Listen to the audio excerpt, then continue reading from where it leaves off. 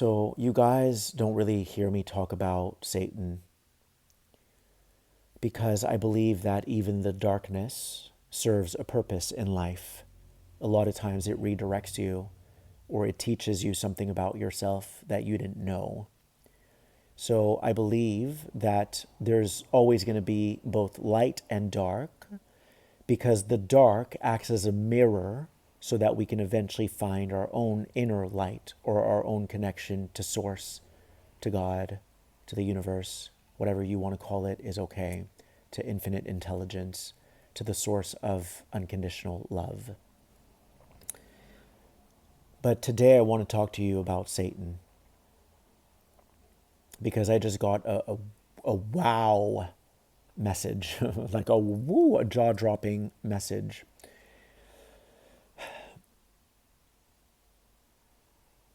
Ever since my breakup, I have apologized profusely and taken ownership for my part in things. And I've tried to say to my ex that I really hope we can remain friends, even if it's just once a month. I told him, please, can we go to the movies this weekend and I'll pay for the movies and I'll treat you. Or if you're not ready, I'd like to take you out for your birthday in March. I've really been doing everything I can to mend things, to make things right. And last night I was in my apartment and I heard something at the door. And so I opened the door and I saw a bag of some of the sweaters that I left at his house. But he wasn't in the hallway, so then I ran outside and he was literally sprinting, running, physically running from me to get away from me. This is even after I've sent all these texts wanting to be friends and thanking him for the experience.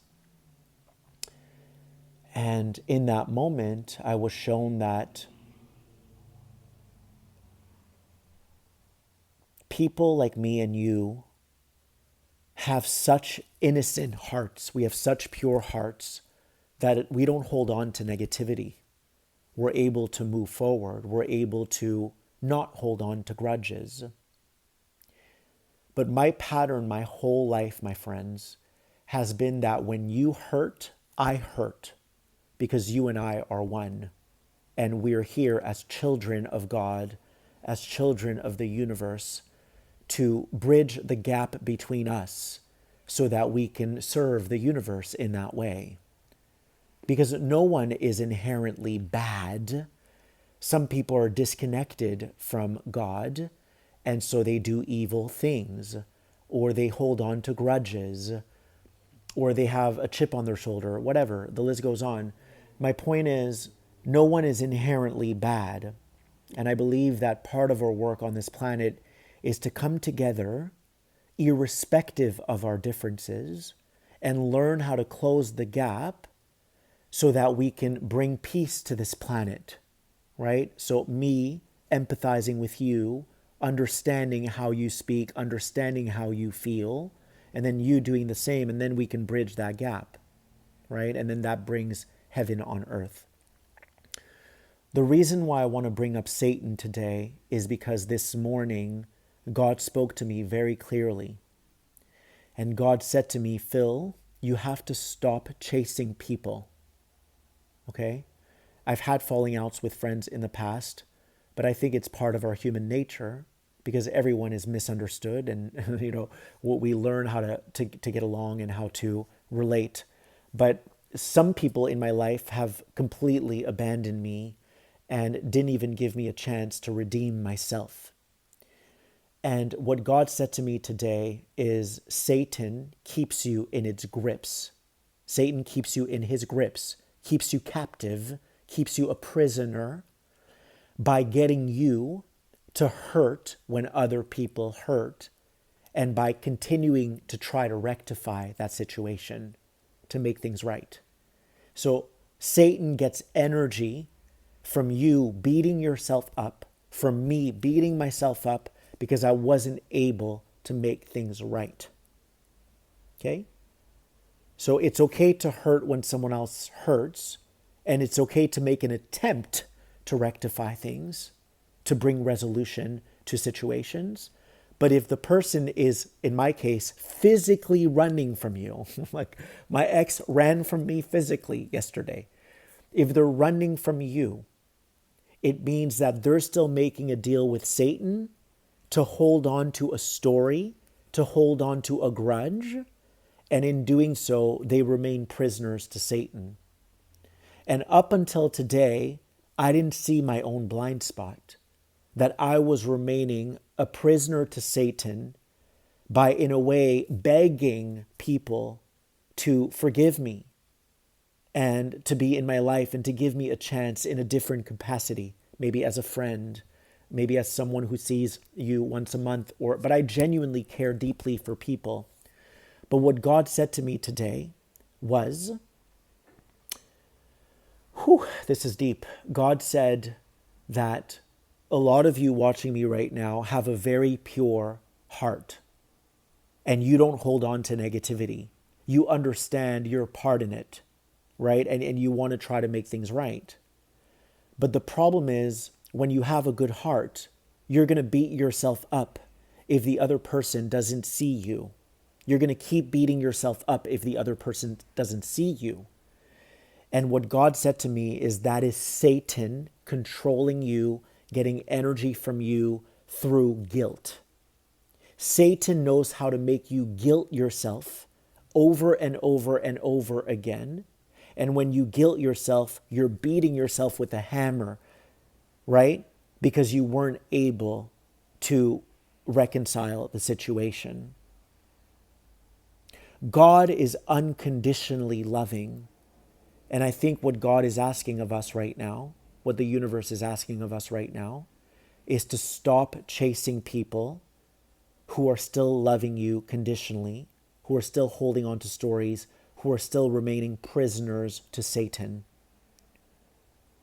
Satan hides in the background and creates havoc in this world. Satan whispers into people's ears and says, oh, if you make Phil the bad guy, then you're a good person. Right? God doesn't make anyone bad. God says, let's forgive this. Let's try to learn from this situation and grow from this situation. Right? And so Satan is going to convince people by influencing them mentally, by dropping these little seeds, these little nuggets saying, you're a good person if you make Phil bad. Right? You're a good person if you hold on to your story, because then you can justify why you're living the way that you live.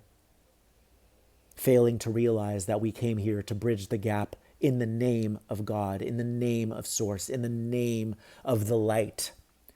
But Satan hides in the background, right? And convinces everyone, all these people that have a chip on their shoulder, convinces them to hold on to those grudges. So all these people who are held captive by Satan, okay, are doing Satan's bidding for Satan. And one of the main emotions that Satan uses to control us is guilt. So it's okay to hurt if I'm hurting. It's okay if I hurt if you're hurting.